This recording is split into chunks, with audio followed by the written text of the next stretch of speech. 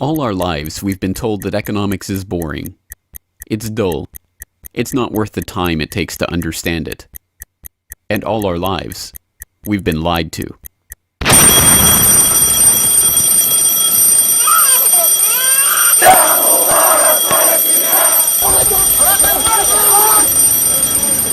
War, poverty, revolution. They all hinge on economics, and economics all rests on one key concept. Money. Money.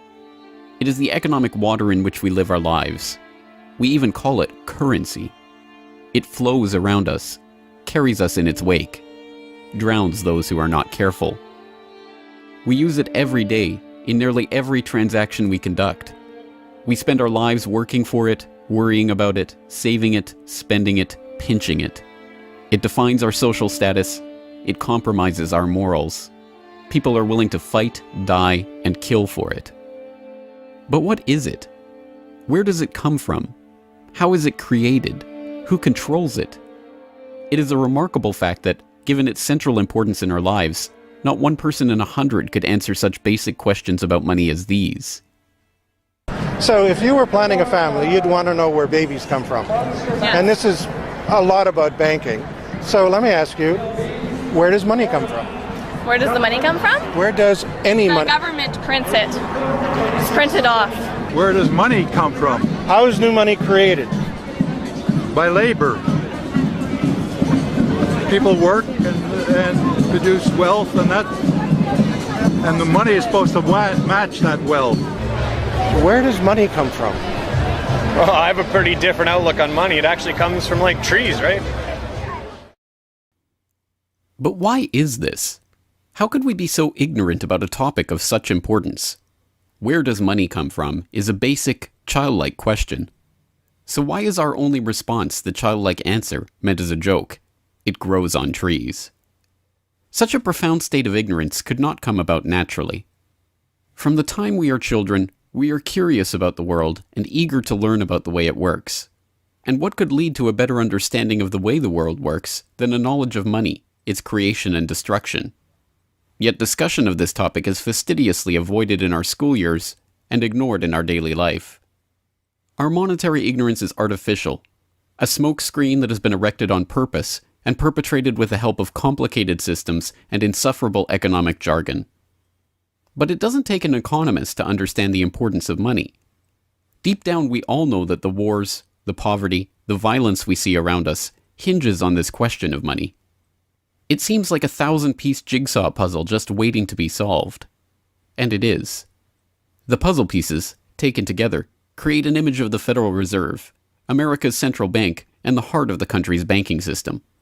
Despite its central importance to the economy, relatively few have heard of it, and fewer still know what it is, despite the bank's attempts at self-description. Our economy runs on a complex system of exchange of goods and services, in which money plays a key part. Coin, currencies, savings, and checking accounts, the overall supply of money is managed by the Federal Reserve. Money is the medium through which economic exchanges take place, and money as a standard of value helps us to set prices for goods and services. The job of managing money, monetary policy, is to preserve the purchasing power of the dollar while ensuring that a sufficient amount of money is available to promote economic growth. The Federal Reserve also promotes the safety and soundness of the institutions where we do our banking. It ensures that the mechanisms by which we make payments, whether by cash, check, or electronic means, operate smoothly and efficiently. And in its fiscal role, acts as the banker for the United States government. Now, these duties comprise the major responsibilities of our central bank. But in order to really understand the Federal Reserve, we must first understand its origins and context. We must deconstruct the puzzle. The first piece of that puzzle lies here, in the White House. This is where the Federal Reserve Act, then known as the Currency Bill, was signed into law after passing the House and Senate in late December 1913. The New York Times of Christmas Eve 1913 described the festive scene. The Christmas spirit pervaded the gathering. While the ceremony was a little less impressive than that of the signing of the Tariff Act on October 3rd last in the same room, the spectators were much more enthusiastic and seized every occasion to applaud. There in the White House that fateful December evening, President Wilson signed away the last veneer of control over the American money supply to a cartel, a well-organized gang of crooks so successful, so cunning, so well hidden that even now, a century later, few know of its existence, let alone the details of its operations. But those details have been openly admitted for decades. Of course, just as we have been taught to find economics boring, we have been taught that this story is boring. This is the way the Federal Reserve itself tells it. The United States was facing severe financial problems. At the turn of the century, most banks were issuing their own currency, called banknotes. The trouble was, currency that was good in one state was sometimes worthless in another. People began to lose confidence in their money, since it was only as sound as the bank that issued it. Fearful that their bank might go out of business, they rushed to exchange their banknotes for gold or silver. By attempting to do so, they created the Panic of 1907. During the panic, people streamed to the banks and demanded their deposits. The banks could not meet the demand. They simply did not have enough gold and silver coin available. Many banks went under. People lost millions of dollars. Businesses suffered, unemployment rose, and the stability of our economic system was again threatened. Well, this couldn't go on. If the country was going to grow and prosper, some means would have to be found to achieve financial and economic stability. To prevent financial panics like the one in 1907, President Woodrow Wilson signed the Federal Reserve Act into law in 1913. But this is history as told by the victors, a revisionist vision in which the creation of a central bank to control the nation's money supply is merely a boring historical footnote, about as important as the invention of the zipper or an early 20th century hula hoop craze. The truth is that the story of the secret banking conclave that gave birth to that Federal Reserve Act is as exciting and dramatic as any Hollywood screenplay or detective novel yarn, and all the more remarkable for the fact that it is all true. We pick up the story, appropriately enough, under cover of darkness.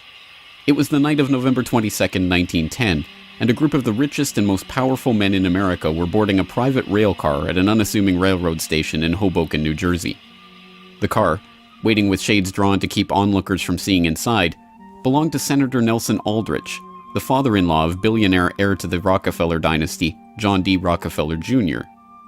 A central figure on the influential Senate Finance Committee where he oversaw the nation's monetary policy, Aldrich was referred to in the press as the general manager of the nation. Joining him that evening was his private secretary Shelton, and a who's who of the nation's banking and financial elite.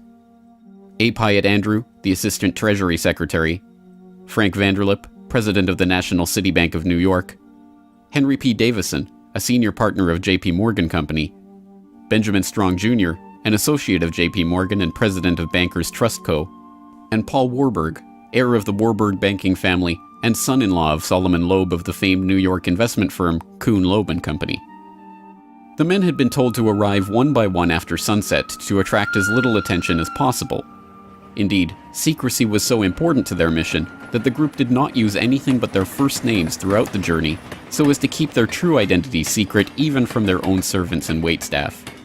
The movements of any one of them would have been reason enough to attract the attention of New York's voracious press, especially in an era where banking and monetary reform was seen as a key issue for the future of the nation. A meeting of all of them, now that would surely have been the story of the century. And it was. Their destination? The secluded Jekyll Island off the coast of Georgia, home to the prestigious Jekyll Island Club whose members included the Morgans, Rockefellers, Warburgs, and Rothschilds.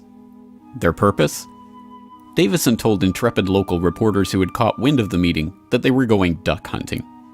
But in reality, they were going to draft a reform of the nation's banking industry in complete secrecy. G. Edward Griffin, the author of the best-selling The Creature from Jekyll Island and a longtime Federal Reserve researcher, explains. What happened is that the banks decided that since there was going to be legislation anyway to control their industry, that they wouldn't just sit back and wait and see what happened and cross their fingers that it would be okay. They decided that to do what so many cartels do today, they decided to take the lead, and they would be the ones calling for regulations and reform. They like the word reform, and American people are suckers for the word reform. You just put that into any corrupt piece of legislation, call it reform, and people say, oh, I'm all for reform, and so they vote for it or accept it. So that's what they were doing. They decided, we will reform our own industry. In other words, we will create a cartel, and we will give the cartel the power of government. We'll take our cartel agreement so that we can self-regulate to our advantage, and we'll call it the Federal Reserve Act.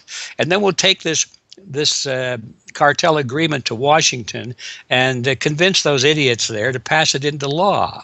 And that basically was the strategy. It was a brilliant strategy. Of course, we see it happening all the time, and certainly in our own day today, we see the same thing happening in other cartelized industry. Right now, we're watching it unfold in the field of healthcare, but at that time, it was banking, all right?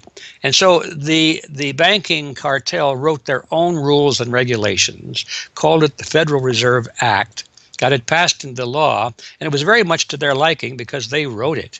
And in essence, what they had created is a set of rules which made it possible for themselves to regulate their industry, but they went even beyond that. In fact, it's clear to me when I was reading their letters and their conversations at the time and the debates that they never dreamed that Congress would go along and also give them the right to issue the nation's money supply. I mean, not only were they now going to regulate their own industry, which is what they started out as wanting to do, but they got this incredible gift that they didn't dream would be given to them, although they were negotiating for it.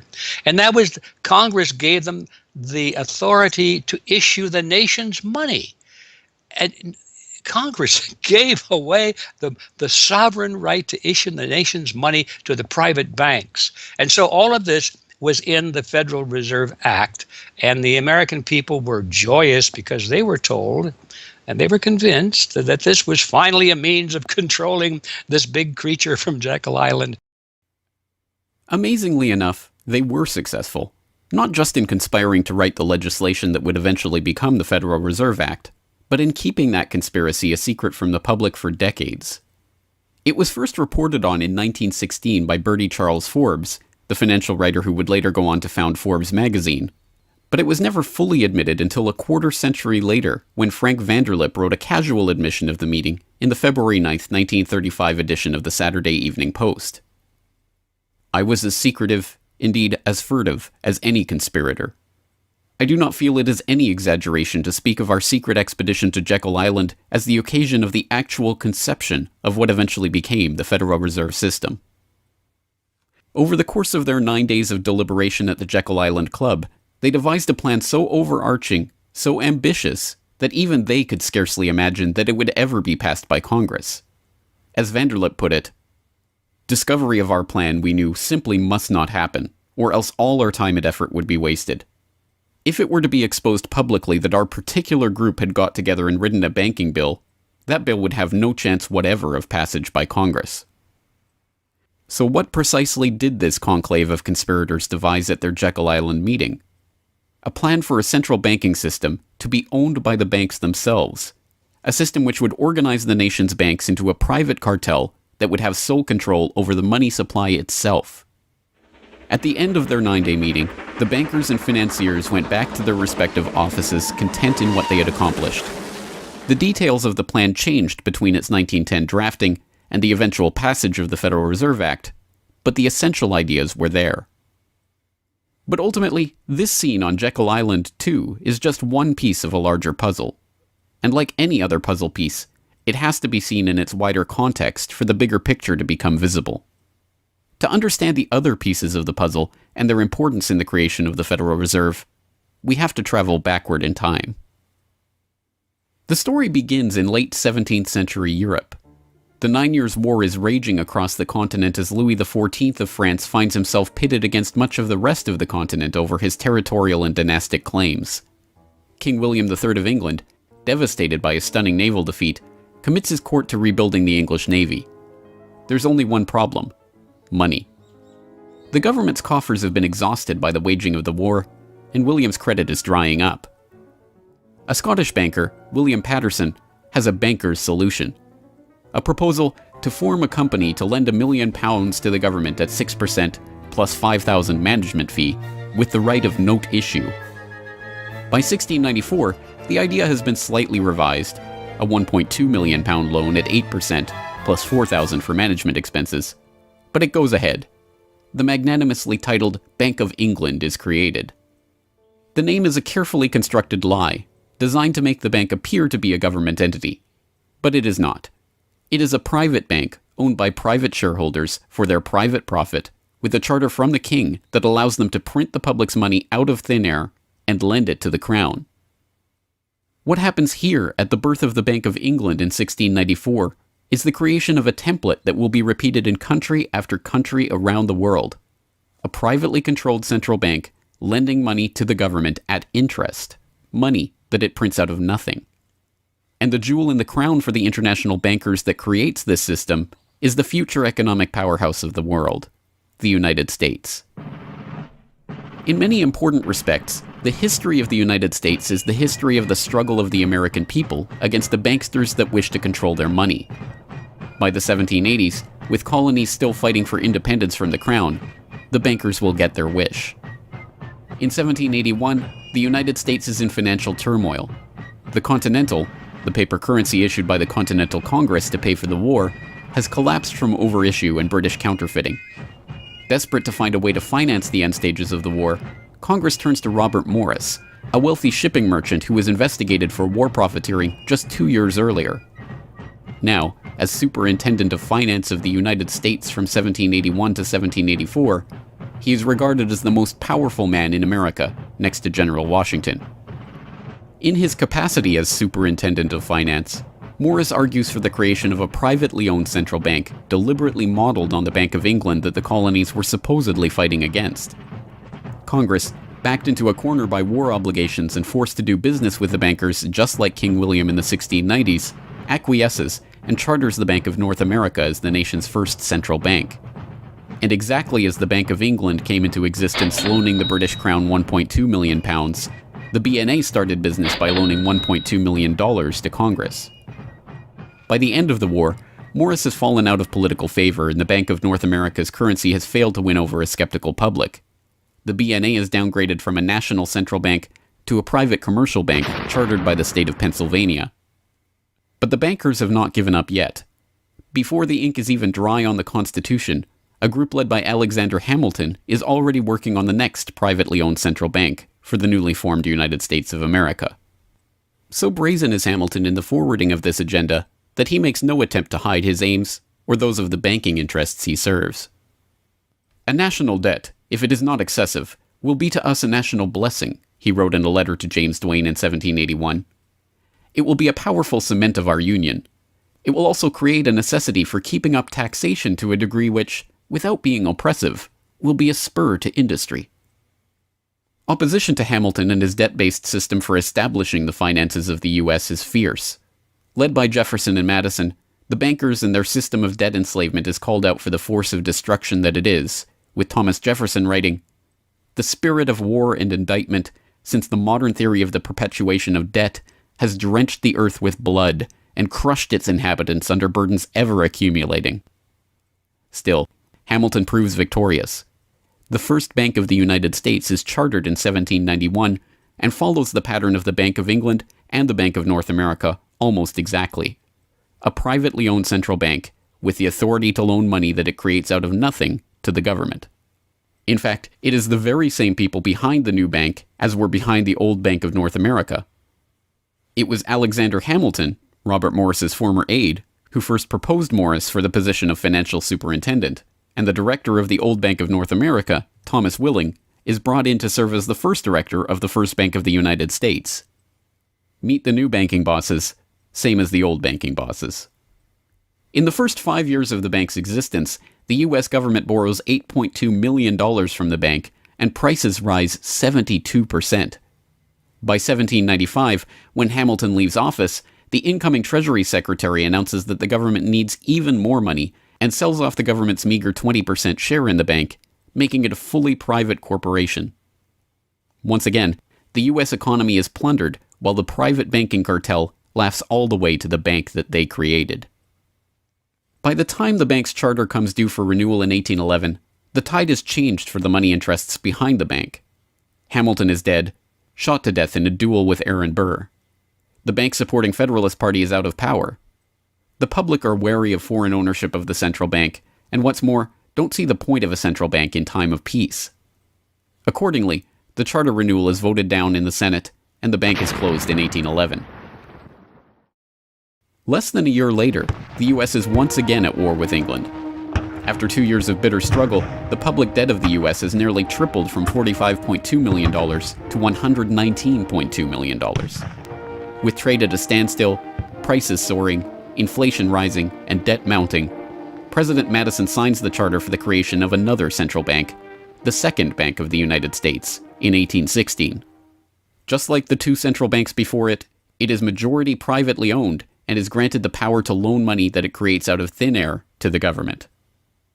The 20-year bank charter is due to expire in 1836, but still in his first term, President Andrew Jackson has already vowed to let it die prior to renewal. Believing that Jackson won't risk his chance for re-election in 1832 on the issue, the bankers forward a bill to renew the bank's charter in July of that year, 4 years ahead of schedule. Remarkably, Jackson vetoes the renewal charter and stakes his re-election on the people's support of his move.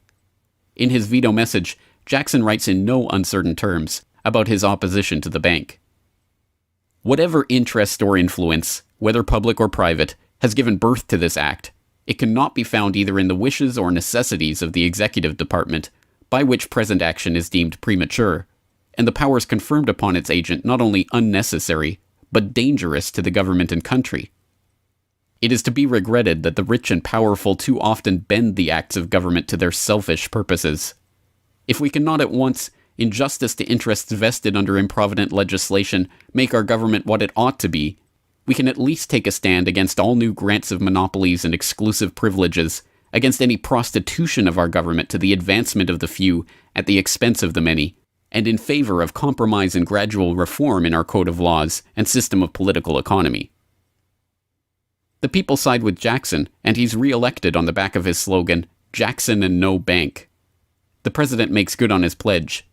In 1833, he announces that the government will stop using the bank and will pay off its debt. The bankers retaliate in 1834 by staging a financial crisis and attempting to pin the blame on Jackson, but it's no use. On January 8, 1835, President Jackson succeeds in paying off the debt, and for the first and only time in its history, the United States is free from the debt chain of the bankers. In 1836, the Second Bank of the United States charter expires, and the bank loses its status as America's central bank. It is 77 years before the bankers can regain the jewel in their crown, but it is not for lack of trying. Immediately upon the death of the bank, the banking oligarchs in England react by contracting trade, removing capital from the US, demanding payment in hard currency for all exports, and tightening credit. This results in a financial crisis known as the Panic of 1837, and once again Jackson's campaign to kill the bank is blamed for the crisis. Throughout the late 19th century, the United States is rocked by banking panics brought about by wild banking speculation and sharp contractions in credit. By the dawn of the 20th century, the bulk of the money in the American economy has been centralized in the hands of a small clique of industrial magnates, each with a near monopoly on a sector of the economy. There are the Astors in real estate, the Carnegies and the Schwabs in steel, the Harrimans, Stanfords, and Vanderbilts in railroads, the Mellons and the Rockefellers in oil. As all of these families start to consolidate their fortunes, they gravitate naturally to the banking sector. And in this capacity, they form a network of financial interests and institutions that centered largely around one man, banking scion and increasingly America's informal central banker in the absence of a central bank, John Pierpont Morgan. John Pierpont Morgan, or Pierpont as he prefers to be called, is born in Hartford, Connecticut in 1837 to Junius Spencer Morgan, a successful banker and financier. Morgan rides his father's coattails into the banking business, and by 1871 is partnered in his own firm, the firm that was eventually to become J.P. Morgan and Company. It is Morgan who finances Cornelius Vanderbilt's New York Central Railroad. It is Morgan that finances the launch of nearly every major corporation of the period, from AT&T to General Electric to General Motors to DuPont. It is Morgan who buys out Carnegie and creates the United States Steel Corporation, America's first billion-dollar company. It is Morgan who brokers a deal with President Grover Cleveland to save the nation's gold reserves by selling $62 million worth of gold to the Treasury in return for government bonds. And it is Morgan who, in 1907, sets in motion the crisis that leads to the creation of the Federal Reserve. That year, Morgan begins spreading rumors about the precarious finances of the Knickerbocker Trust Company, a Morgan competitor and one of the largest financial institutions in the United States at the time. The resulting crisis, dubbed the Panic of 1907, shakes the U.S. financial system to its core. Morgan puts himself forward as a hero, boldly offering to help underwrite some of the faltering banks and brokerage houses to keep them from going under. After a bout of hand-wringing over the nation's finances, a congressional committee is assembled to investigate the Money Trust, the bankers and financiers who brought the nation so close to financial ruin and that wield such power over the nation's finances. The public follows the issue closely, and in the end a handful of bankers are identified as key players in the Money Trust's operations, including Paul Warburg, Benjamin Strong Jr., and J.P. Morgan. Andrew Gavin Marshall, editor of the People's Book Project, explains. At the beginning of the 20th century, there was an investigation following the greatest of these financial panics, which was in 1907. And this investigation was on what was called the Money Trust, which found that three banking interests, J.P. Morgan, National City Bank, and the Citibank of New York, I believe it was, basically controlled the entire financial system. So three banks. And the public hatred towards these institutions was unprecedented. There was an overwhelming consensus in the country for establishing a central bank, but there were many different interests in pushing this, and everyone had sort of their own specific purpose behind advocating for a central bank. So to represent the most people, you had farmer interests, populists, progressives, who were advocating a central bank because they couldn't take the recurring panics, but they wanted government control of a central bank. They wanted it to be exclusively under the public control because they despised and feared the New York banks as wielding too much influence. So for them, a central bank would be a way to curb the power of these private financial interests. On the other hand, those same financial interests were advocating for a central bank to serve as a source of stability for their control of the system, also to act as a lender of last resort to them, and so that they would never have to face collapse, but also in order to exert more control through a central bank. The private New York banking community wanted a central bank under the exclusive control of them. There's a shocker. So you had all these various different interests which converged. Of course, the most influential happened to be the New York financial houses, which were more aligned with European financial houses than they were with any other element in American society.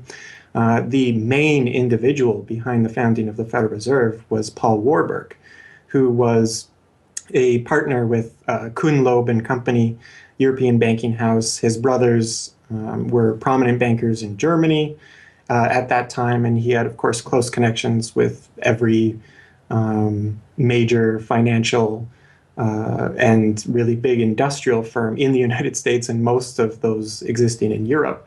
And he was discussing all these ideas with his fellow compatriots in advocating for a central bank. In 1910, Warburg got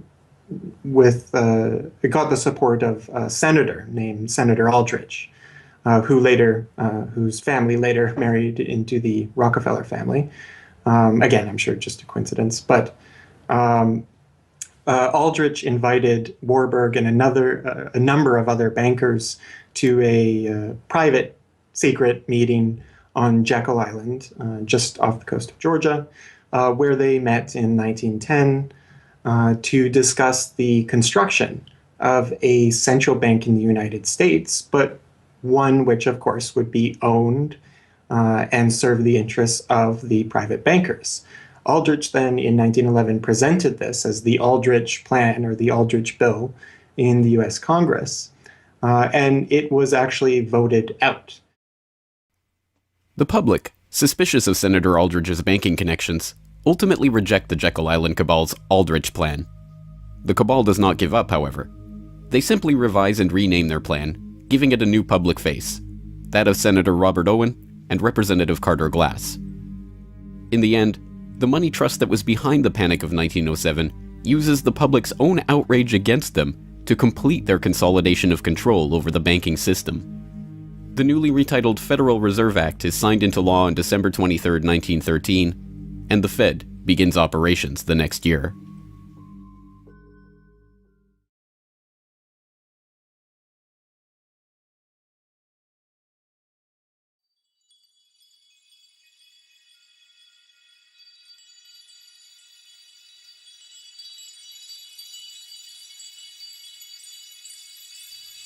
So how does the Federal Reserve System work? What does it do? Who owns and controls it? These are the basic questions that would get to the heart of the fundamental question, what is money? And that is why the answer to these questions have been shrouded in impenetrable economic jargon. Even the Federal Reserve's own educational propaganda, which has an unusual tendency towards cutesy animation and talking down to its audience, has a difficult time summarizing the Fed's mission and responsibilities. According to the Fed, to achieve these goals, the Fed, then and now, combines centralized national authority through the Board of Governors, remember that on the map, with a healthy dose of regional independence through the reserve banks. A third entity, the Federal Open Market Committee, brings together the expertise of the first two in setting the nation's monetary policy. Precisely what imaginary gaggle of schoolchildren is this economic gibberish aimed at? The simple truth, hidden behind the sleight of hand of economic jargon and magisterial titles, is that a banking cartel has monopolized the most important item in our entire economy: money itself. We are taught to think of money as the pieces of paper printed in government printing presses or coins minted by government mints.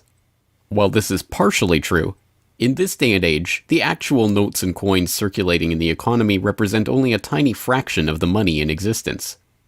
Over 90% of the money supply is in fact created by private banks as loans that are payable back to the banks at interest. Although this simple fact is obscured by the wizards of Wall Street and gods of money who want to make the money creation process into some special art of alchemy carefully overseen by the government, the truth is not hidden from the public. In December 1977, the Federal Reserve Bank of New York published another of its dumbed-down cartoon-ridden information pamphlets for the general public, attempting to explain the functions of the Federal Reserve System. There in black and white, they carefully explain the money creation process. Commercial banks create checkbook money whenever they grant a loan, simply by adding new deposit dollars to accounts on their books in exchange for a borrower's IOU. Banks create money by monetizing the private debts of businesses and individuals. That is, they create amounts of money against the value of those IOUs. There it is, in plain English. The vast majority of money in the economy, the checkbook money in our accounts at the bank and that we use in our electronic transfers and digital payments, is created not by a government printing press, but by the bank itself. It is created out of thin air as debt, owed back to the bank that created it at interest. This means that bank loans are not money taken from other bank depositors, but new money simply conjured into existence and placed into your account. And the bank is able to create much more money than it has cash to back up those deposits. The Fed claims to be the entity overseeing and backing up the banking industry. It was established, according to its own propaganda, to stabilize the system and prevent bank runs like the Panic of 1907 from happening again. Throughout much of the 1800s, almost any organization that wanted could print its own money. As a result, many states, banks, and even one New York druggist did just that. In fact, at one time, There were over 30,000 different varieties of currency in circulation. Imagine the confusion. Not only were there multitudes of currencies, some were redeemable in gold and silver, others were backed by bonds issued by regional governments. It was not unusual for people to lose faith both in the value of their currency and in the entire financial system. With many people trying to withdraw their deposits at once, sometimes the banks didn't have enough money on hand to pay their depositors. Then, when the funds ran out, the banks suspended payment temporarily, and some even closed. People lost their entire savings, and sometimes regional economies suffered. Obviously, something had to be done, and in 1913, something was. In that year, President Woodrow Wilson signed into effect the Federal Reserve Act. This act created the Federal Reserve System to provide a safer and more stable monetary and banking system. If that was indeed its aim, it signally failed to do so in running up one of the greatest bubbles in American history to that point in the 1920s, just a decade after its creation. The popping of that bubble, of course, led directly into the Great Depression and one of the greatest periods of mass poverty in American history. Economists have long argued that the Fed itself was the cause of the Depression by its complete mismanagement of the money supply. As former Federal Reserve Chairman Ben Bernanke admitted in a speech commemorating Fed critic Milton Friedman's 90th birthday, regarding the Great Depression, "You're right, we did it. We're very sorry. But thanks to you, we won't do it again." Price stability is another cited tenet of the Federal Reserve's mandate. But here, too, the Fed has completely failed to live up to its own standards. Aside from the banking system, the Federal Reserve has another responsibility that's probably even more important. It's in charge of something called monetary policy. Basically, it means trying to keep prices stable to avoid inflation. Say you buy a CD today for $14. But what if next year the price of the CD jumped to $20 or $50? Not because of a change in supply or demand, but because all prices were going up. That's inflation. There are a lot of different causes of inflation, but one of the most important is too much money. The Fed can adjust the money supply by injecting money into the system electronically or by withdrawing money from the economy. Think of it. The Federal Reserve has the ability to create money and make it disappear. What's most important is what happens as a result. Anytime the supply of money is altered, the effects are felt throughout the economy. The Fed's methods have changed over time to take advantage of the latest computers and electronics, but its mission remains the same: to aim for stable prices, full employment, and a growing economy. 100 years ago, in 1913, the Fed was created, and we've marked it with a vertical line there. Consumer prices now are about 30 times higher than they were when the Fed was created in 1913. Paper money, too, is the responsibility of the Federal Reserve. Hence the dollars in circulation are not Treasury notes, not bills of credit, but Federal Reserve notes, debt-based notes backed up, ultimately, by the government's own promise to pay. It's sovereign bonds backed up by the taxpayers themselves.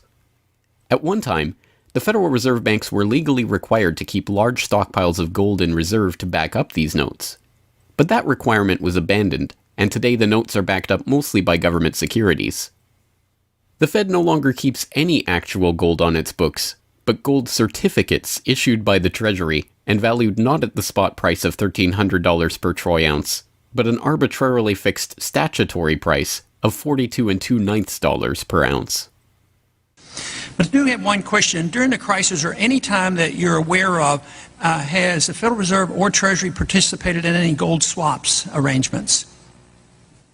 The Federal Reserve does not own any gold at all. We have not owned gold since 1934. So we have not engaged in any gold swaps. But it appears on your balance sheet that you hold gold. What appears on our balance sheet is gold certificates. When we turned before 1934, the Federal Reserve did own gold. We turned that over by law to the Treasury and received in return for that gold certificates. If the Treasury entered into, because under the Exchange Stabilization Fund, I would assume they probably have the legal authority to do it. They wouldn't be able to do it then because you have the securities for essentially all the gold? No, we have no interest in the gold that is owned by the Treasury.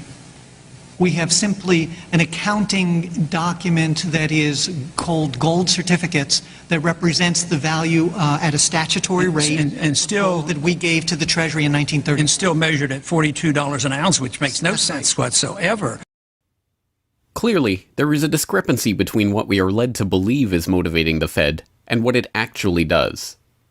To understand what the Fed is actually intended to do, it's first important to understand that the Federal Reserve is not a bank per se, but a system.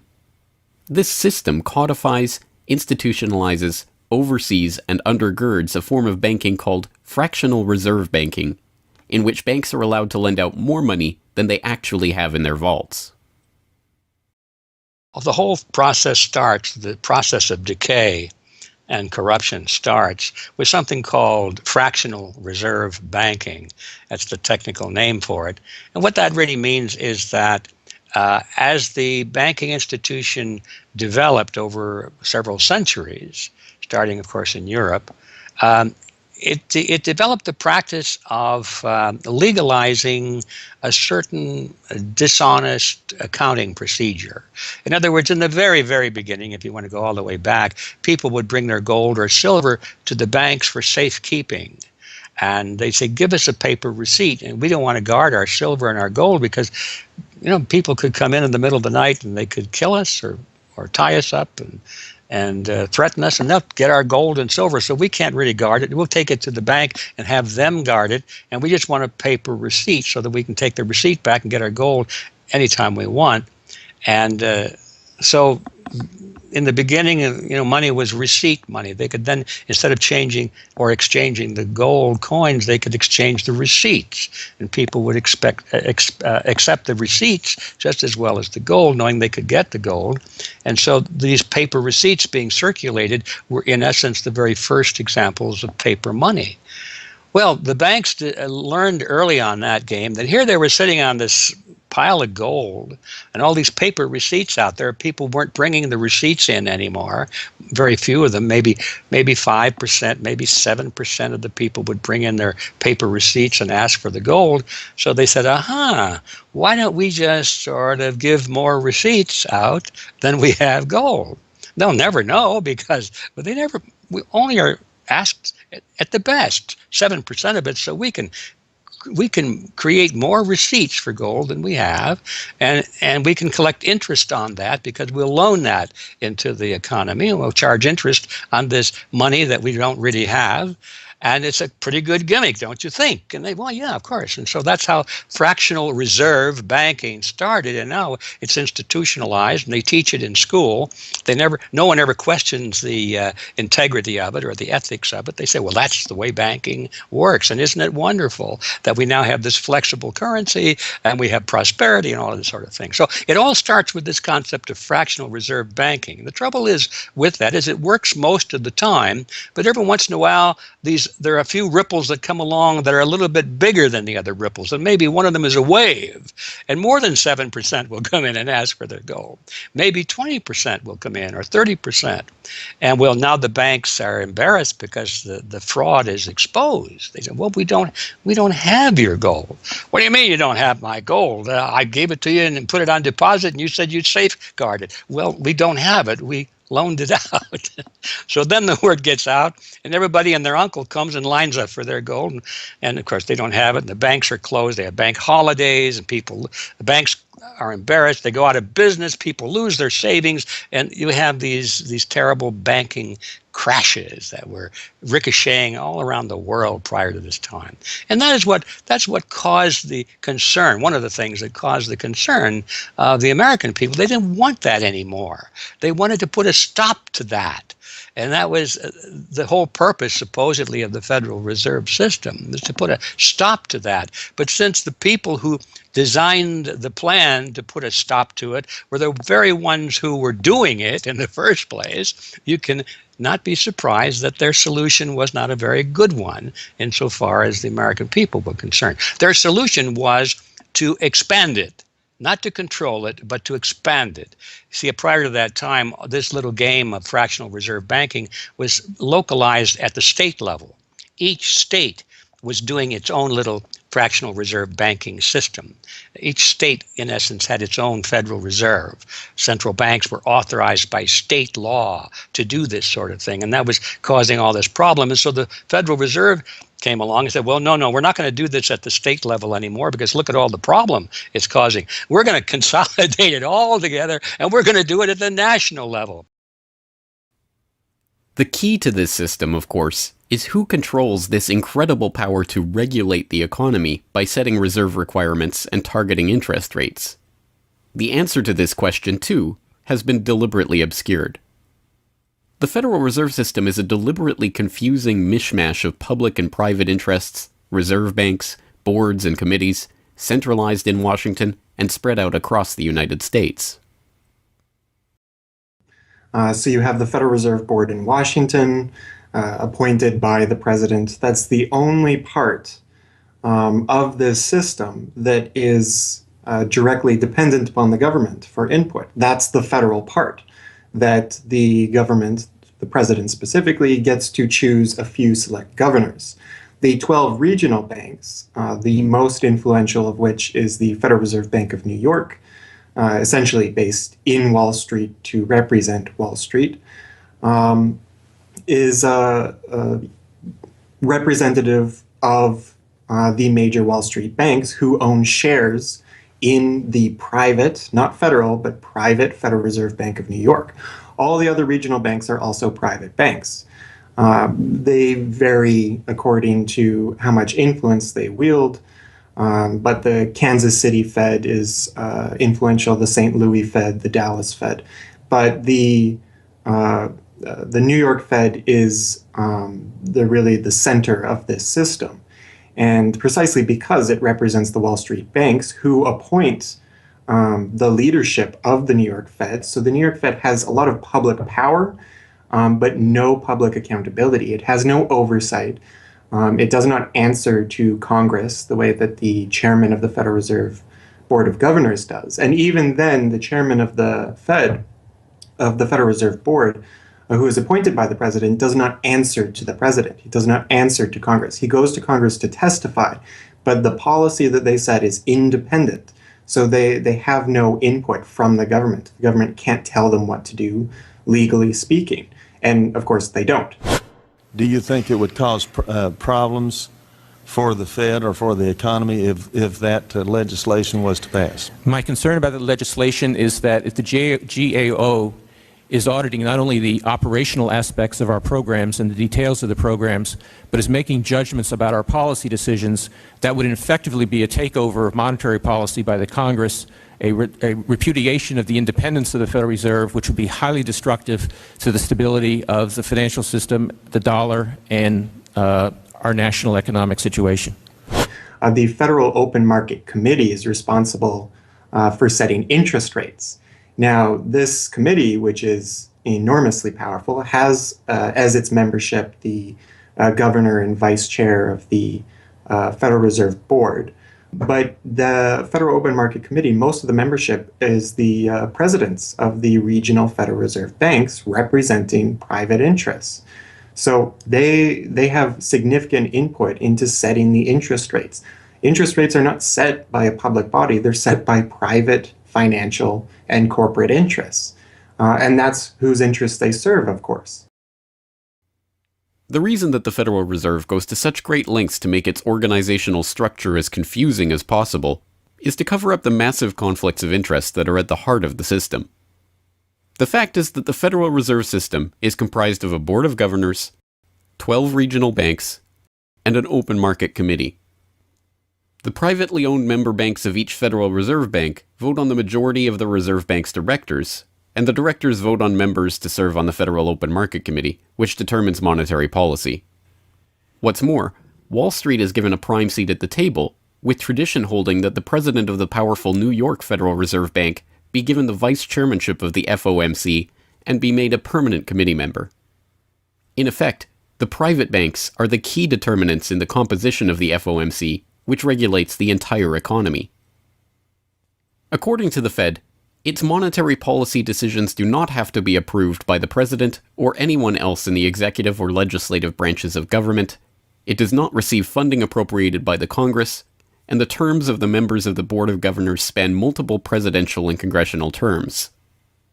Or, in the words of Alan Greenspan, what is the proper relationship, what should be the proper relationship between a chairman of the Fed and a president of the United States?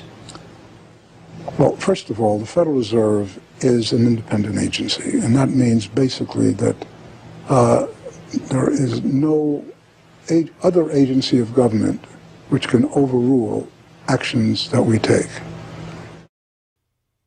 The Fed goes on in its self-mythologization to state that it is not a private, profit-making institution. This characterization is dishonest at best, and an outright lie at worst. The regional banks are themselves private corporations, as noted in a 1928 Supreme Court ruling. Instrumentalities like the national banks or the Federal Reserve banks, in which there are private interests, are not departments of the government. They are private corporations in which the government has an interest. This point is even admitted by the Federal Reserve's own senior counsel. Our regulations do specify overall terms for the lending, but the day-to-day operation of the banking activities are conducted by the Federal Reserve banks. They are banks, and indeed they do lend, and they do interact with they're their own depositors. agency then, essentially, They are not in that agencies. regard. Yes, they're not agencies, Your Honor. They're persons under FOIA. Each Federal Reserve bank, the stock is owned by the member banks in the district, 100% privately held. They have private boards of directors. Majority of those boards are appointed by the independent banks, private banks in the district. They are not agencies. These private corporations issue shares that are held by the member banks that make up the system, making the banks the ultimate owners of the Federal Reserve banks. Although the Fed's profits are returned to the Treasury each year, the member banks' shares of the Fed do earn them a 6% dividend. According to the Fed, the fixed nature of these returns means that they are not being held for profit. Despite the dishonest nature of this description, however, it is important to understand that the bankers who own the Federal Reserve indeed do not make their money from the Fed directly. Instead, the benefits are much less obvious and much more insidious. The simplest way that this can be understood is that, as a century of history and the specific example of the last financial crisis shows, the Fed was used as a vehicle to bail out the very bankers who own the Fed banks in the most obvious example of fascistic collusion imaginable. A handful of financial institutions have enriched themselves as a result of institutional speculation on a large scale, as well as manipulation of the market. And secondly, what they have done is that they have then gone to their governments and said, well, we are now in a very difficult situation and you need to lend us, you need to give us money so that we can retain the stability of the financial system. And who actually lends the money or brokers the public debt? The same financial institutions which are the recipients of the bailout. Okay, and so what you have is a circular process. It's a diabolical process. You're lending money. You're not lending money. You're handing money to the large financial institutions, and then this is leading up to a mounting public debt in the trillions. Okay, and then you say to the financial institutions, we need to establish a new set of treasury bills and government bonds, etc., which of course are sold to the public, but they are always brokered through the financial institutions, which establish their viability and so on and so forth. And the financial institutions will probably buy part of this public debt. So that in effect what the government is doing is financing its own indebtedness through the bailouts. It hands money to the banks, but to hand the money to the banks, it becomes indebted to those same financial institutions, and then it says, well, we now have to emit large amounts of public debt. Please, can you help us? And then the banks will say, well, your books are not quite in order. And then the government will say, well, obviously they're not in order because we've just we've just handed you $1.4 trillion of bailout money, and we're now in a very difficult situation, so we need to borrow money from the people who are, in fact, the recipients of the bailout. So this is really what we're dealing with. We're dealing with a circular process. The 2008 crisis and subsequent bailouts are merely the latest and most brazen examples of the fundamental conflicts of interest at the heart of America's privately owned central banking system. Beginning with the collapse of Lehman Brothers in September of that year, the Federal Reserve embarked on an unprecedented program of bailouts and special zero-interest lending facilities for the very banks that had caused the subprime meltdown in the first place. By the cartelization of the Federal Reserve structure, and thus not by accident, it was the very bank presidents who had overseen their banks' lending practices that ended up in the director positions of the Federal Reserve banks that voted on where to direct the trillions of dollars in bailout money. And unsurprisingly, they directed it toward their own banks. A stunning 2011 Government Accountability Office report examined $16 trillion of bailout facilities extended by the Fed in the wake of the crisis and exposed numerous examples of blatant conflicts of interest. Jeffrey Immelt, chief executive of General Electric, served as a director on the board of the Federal Reserve Bank of New York. At the same time, the Fed provided $16 billion in financing to General Electric. JP Morgan Chase chief executive Jamie Dimon, meanwhile, was also a member of the board of the New York Fed during the period that saw $391 billion in Fed emergency lending directed to his own bank. In all, Federal Reserve Board members were tied to $4 trillion in loans to their own banks. These funds were not simply used to keep these banks afloat, but actually to return these Fed-connected banks to a period of record profits in the same period that the average worker saw their real wages actually decrease and the economy on Main Street slow to a standstill. Ben Bernanke, at that time the chairman of the Federal Reserve Board of Governors, was confronted about these conflicts of interest by Senator Bernie Sanders upon the release of the GAO report in June 2012. Senator, you raised an important point, which is that this is not something the Federal Reserve created. This is in the statute. Congress in the Federal Reserve Act said this is the governance of the Federal Reserve, and more specifically that bankers would be on the board. And 6 out of 9. Sorry? 6 out of 9 in the regional banks are come from the banking industry. That's correct, and that is in the law. And right. I'll answer your question, though. The answer to your question is that Congress set this up. We have tried, I think we've made it into something useful and valuable. We do get information from it. But if Congress wants to change it, of course, we will work with you to find alternatives. Bernanke is completely right. These conflicts are, in fact, a part of the institution itself. A structural feature of the Federal Reserve that was baked into the Federal Reserve Act itself over 100 years ago by the bankers who conspired to cartelize the nation's money supply. You could not ask for a more succinct reason why the Federal Reserve itself, this admitted cartel of banking interests, needs to be abolished. But you could get one.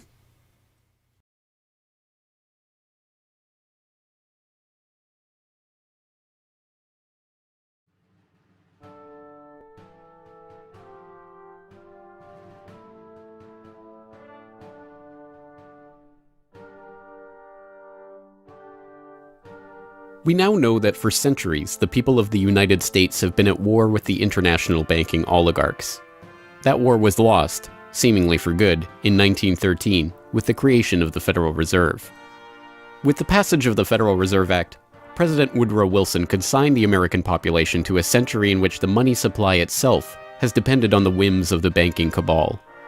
A century of booms and busts, bubbles and depressions, has led to a wholesale redistribution of wealth toward those at the very top of the system.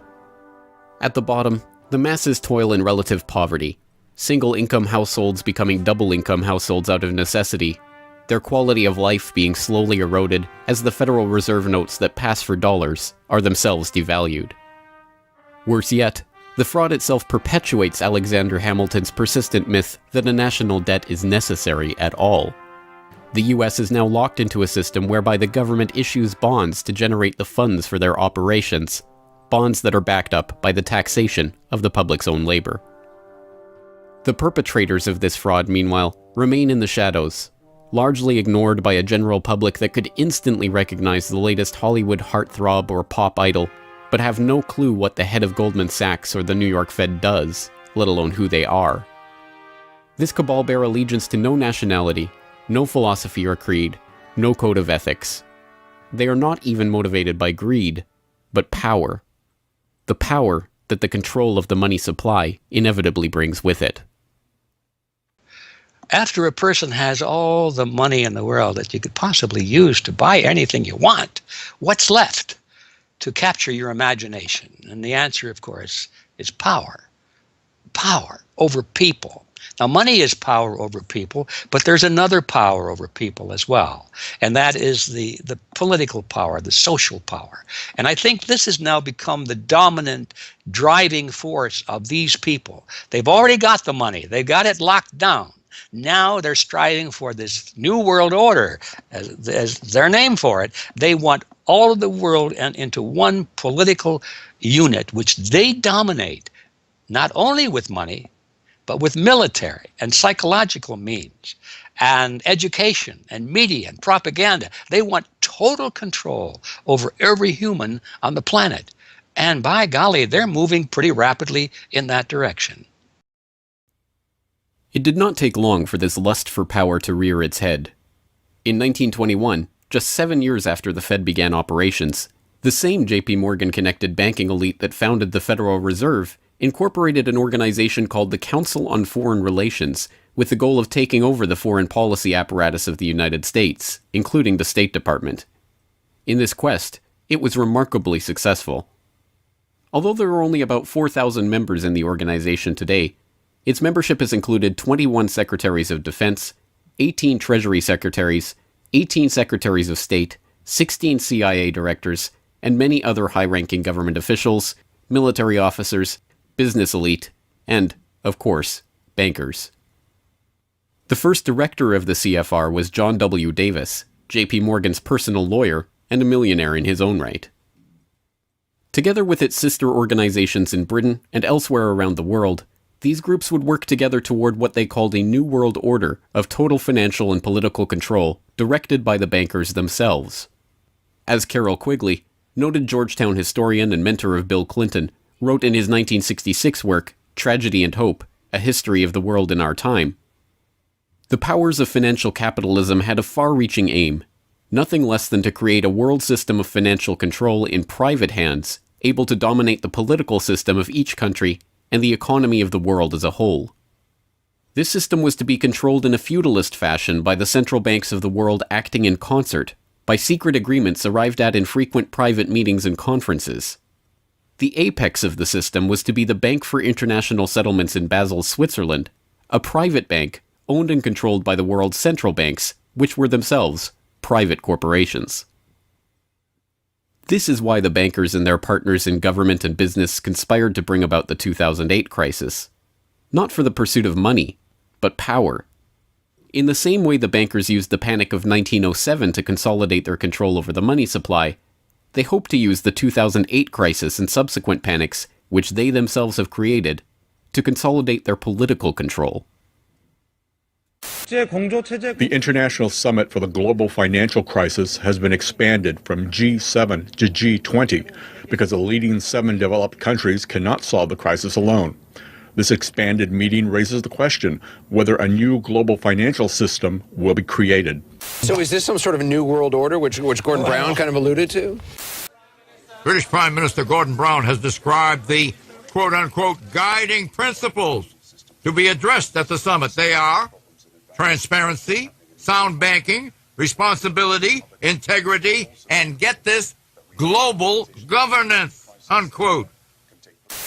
I think a new world order is emerging, and with it the foundations of a new and progressive era of international cooperation. The inevitable conclusion, one that flows necessarily from the true understanding of this situation, is that the Federal Reserve System needs to be consigned to the dustbin of history. After a century of enslavement, it is time for the American public to finally throw off the bankers' debt chains. If there was ever a point in human history to start questioning alternatives, this would be it. And to think that where we are and simply say, oh, well, this is the best of our options. How many of the best options lead to self-destruction? Doesn't sound like a best option. I think that with a world of 7 billion people, we can probably come up with something better than a system in which a few thousand people benefit so much at the expense of everything else on this world, and at the expense of the potential for the future of mankind. They're leveraging our future. And so long as we accept this way of thinking, so long as we accept these institutions as having dominance, that's the direction we'll be going. So I think reform is a good way to try and stall and to push back directly against the expanding and evolving power structures. But radical change is what's really needed, and that has to be built from the bottom up. But I think that these two processes can and should go together in parallel. If you've made it this far, congratulations. You are now better informed on the economic history of the United States and the truth about the Federal Reserve than 99% of the population. If you do nothing else, then just working to get those around you educated on this information alone will have a profound effect. Once they learn of the scam, many are motivated to do something about it, and they, in turn, inform others. This is the viral nature of suppressed truth, and it is the reason that more people are aware of and energized by the issue of the Federal Reserve and the nature of money than ever before. Perhaps even more amazingly, this movement is spreading to other parts of the globe. Recognizing the interlocking nature of the modern global economy and the international nature of the banking oligarchy, movements to abolish the Federal Reserve have sprung up in Europe, where protests against the cartelized central banking system are taking place in over 100 cities, attracting 20,000 people on a weekly basis. I started this movement because I realized that the Federal Reserve Act, in my opinion, is one of the most worst laws in the whole world. So a private banking company is lending America the money, and in my opinion, America is not any more democratic. The Federal Reserve tells the government what to do, and that's a problem. It's a very big problem, especially in the US. Why is it a global issue, and why are people doing it here in Germany? Because when you realize that this finance system, it's a global system, you have to go to the really beginning of the system. And in my opinion, it's also the World Bank and the International Fund of Currencies and stuff like this. But at the beginning of all this is a law from 1913, Woodrow Wilson signed it.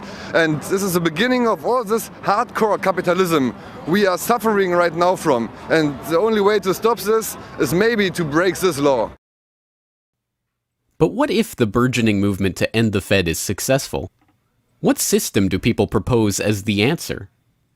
There have been several proposals along different lines by various researchers. Some argue for a return to America's colonial roots of debt-free money issued by state-run banks, pointing to the Bank of North Dakota as one already functioning, successful model of this approach.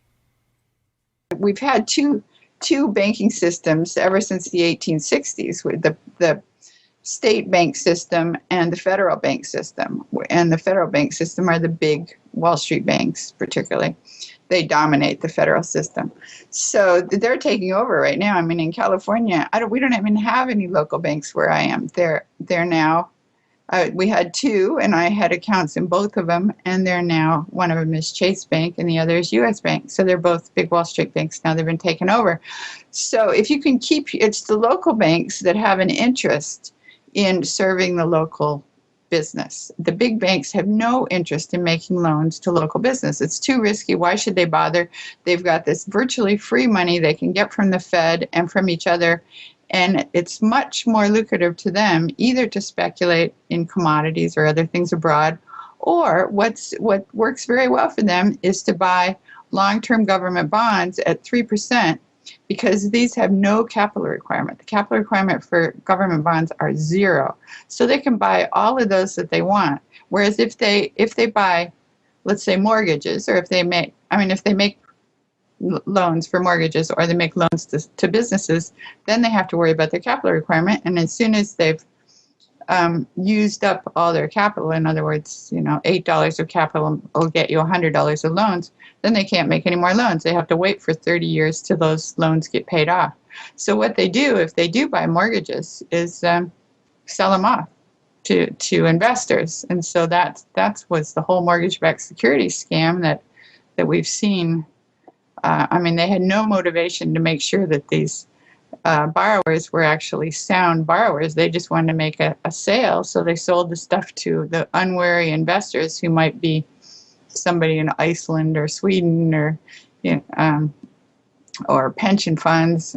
Yeah, so that didn't work out so well. So a state bank with the partnering with the local banks can provide the capital, can help them with capital. In North Dakota, the state bank guarantees the loans of the local banks, allowing them to make much bigger loans than they could otherwise. And the state bank provides liquidity to the small banks. That's why the small banks, the local banks, aren't making loans to small business right now, because they don't know that they can get money from the other banks as needed. The way banking works is they make the loan first. If you have credit lines to many different businesses, and if they all hit up their credit lines at once, you're going to run out of money. So you don't dare do that unless you know that you can get short-term loans from the other banks. And what's happening right now, even though there's $1.6 trillion in excess reserves sitting on the books of the big banks, they're not available to the little banks. And the reason is because the Fed is paying 0.25% interest on those reserves. So the banks have no incentive to lend them to the little banks. Why let go of them when you can make just as much keeping them, and then you still have your reserves, and you can use them as collateral to buy bonds or something that'll make you more money. So the whole system is messed up. And in North Dakota, the Bank of North Dakota provides the liquidity for these local banks. Others advocate a decentralized system of alternative and competing currencies that greatly reduce or even eliminate altogether the need for a central bank. Well, 22 years ago in Ithaca, New York, I noticed that a lot of people, friends particularly, had skills and time that were not being employed or respected by the prevailing economy. And while we had much desire to create things and trade them with each other, and many services we could provide to each other, we didn't have the money. So, since I have a background in graphic design, journalism, and arrogance, I went to my computer and designed paper money for Ithaca, New York. Designed pretty colorful money, with pictures of children, waterfalls, and trolley cars, and denominated in hours of labor. 1 hour note, half hour, quarter, eighth hour note, 2 hour note, and then began to issue to each of the pioneer traders who had agreed to be listed in the directory a specific starter amount. And the game began. An hour has been worth an hour of basic labor, or 10 US dollars, which at that time, 20 years ago, was double the minimum wage. People who usually expect more than $10 per hour of their service can charge multiple hours per hour, but the denomination puts between us as residents of our community that reminder that we are fellow citizens, not merely winners or losers scrambling for dollars. And it introduces us to each other on the basis of these skills and services that we have, that we are more proud to provide for each other than often is the case with a conventional job, just the stuff we have to do to get the money to pay the bills. So through that trading process, that more intimate scale process within the community, we're more easily able to become friends and lovers and political allies. It's an inspiring story, and tell people about how much money has circulated through this community. I mean, it's important for people to understand just how successful this has been. Because we're not a computer system, we don't have a specific volume of trading recorded, but by the grapevine, by phone surveys, and over the years watching the money move, we were able to guess very reliably at several $1 million equivalent of this money has transacted over those years, making loans without charging interest up to $30,000 value, which is the fundamental monetary revolution in our system. Then as well, making grants of the money to over 100 community organizations. Some argue for currencies whose mathematical nature prevent them from being merely conjured into existence whenever a federal government wants to wage another war of aggression or forge another link in the seemingly endless train of governmental tyranny and abuse. What people have to understand about Bitcoin is that it's a completely decentralized network. There's no central server, there's no controlling company, there's no office. It's just free software that anyone can download and start running on their computer anywhere in the world.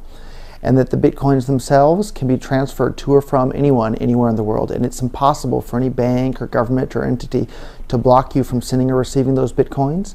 There's a limited supply of those Bitcoins. There will never, ever, ever be more than 21 million Bitcoins. And so because, like everything, the price is set based on supply and demand, because the supply of Bitcoins is limited and the demand is increasing as more and more people start to use them and more websites start to accept them, the price of Bitcoins in terms of dollars is going to have to increase even a lot more than the $500 per Bitcoin that it is today. Are there any drawbacks at all to the idea of using a cryptocurrency? If you're part of the current power elite that can just print money at will to spend on whatever you feel like, then yeah, the world switching over to Bitcoin is probably not going to benefit you. But if you're one of the normal people that aren't working for the Federal Reserve or any central bank that's printing money to pay to your friends and that sort of thing, then a Bitcoin world is a wonderful thing for you. Sound money, cryptocurrencies, state banks, LETS programs, self-issued credit. These and many other solutions have all been proposed, and many of them are in use in different localities today. Information on all of these ideas and how they are being applied in various parts of the world are widely available online.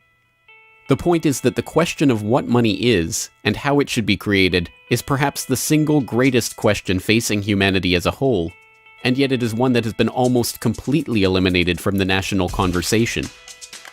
Until recently.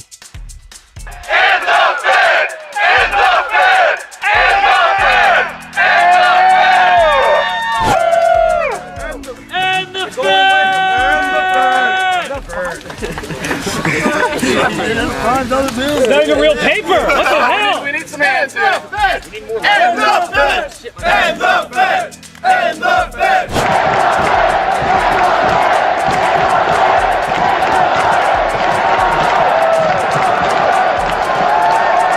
I haven't even gotten to that part yet. We can do it again when I get to that part.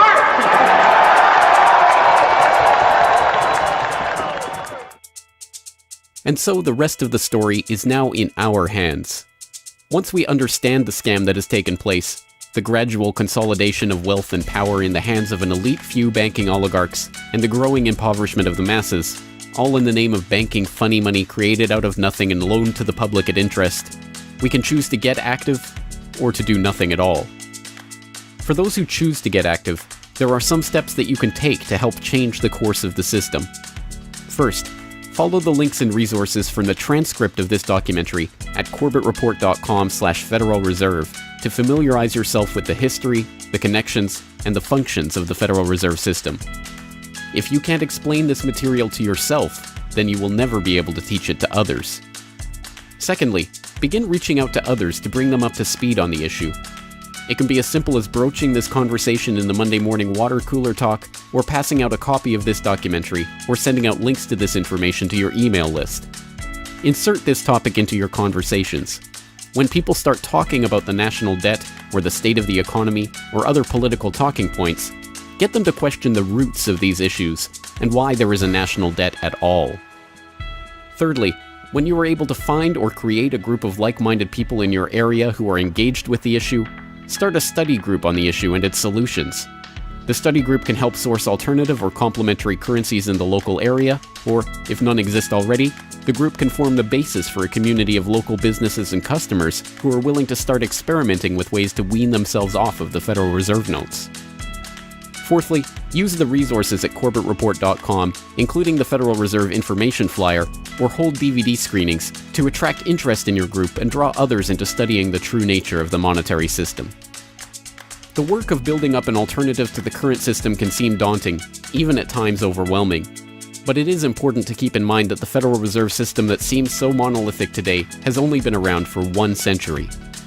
Central banks have been defeated in America before, and they can be defeated again. The question of how we decide to change this system is not rhetorical. It will either be answered by an informed, engaged, active population working together to create viable alternatives and to dismantle the current system, or it will be answered by the same banking oligarchy that has been controlling the money supply, and indeed the lifeblood of the country, for generations. Now, 1 century after the creation of the Federal Reserve System, we have a choice to make. Whether the next century, like the one before it, will be a century of enslavement, or, transformed by the actions and choices that we make in the light of this knowledge, a century of empowerment.